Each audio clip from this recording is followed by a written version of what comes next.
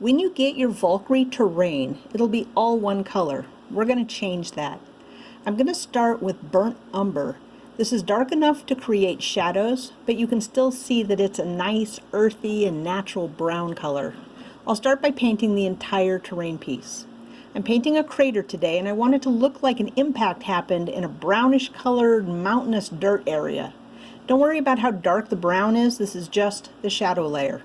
Once you're done, set it aside to dry. These paints dry in about 15 to 30 minutes if you put your piece next to a fan, which I did.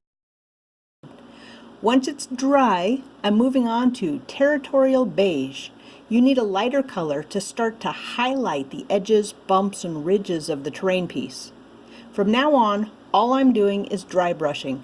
Get paint on your brush, then remove as much as you can so it just leaves a trace of color on your terrain.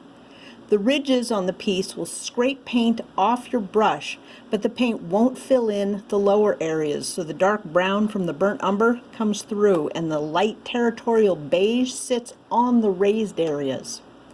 All of my paints are from the Apple Barrel line. They're about 50 cents a bottle at stores like Walmart or up to $1 on Amazon.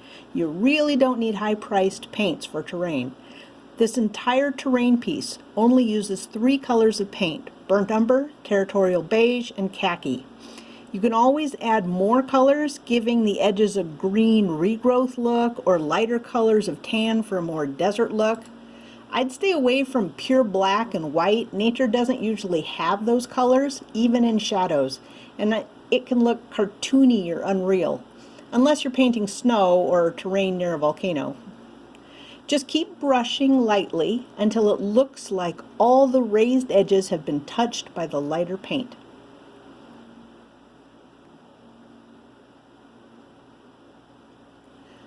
Finally, I'm going to dry brush khaki even lighter across the raised area. I don't want to cover up all the territorial beige, so I have even less on my brush and I'm applying it very lightly. It helps to wipe some off on a cloth, paper towel, or in my case, my paper plate.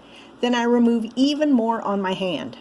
I don't know why wiping it on my hand makes for better dry brushing, but it totally does.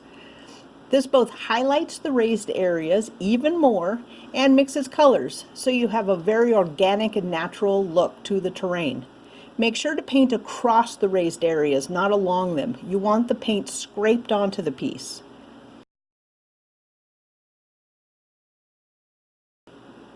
That's it. It looks painted, earthy. There are visible layers, ridges, high points, and shadows, and your vehicles really stand out.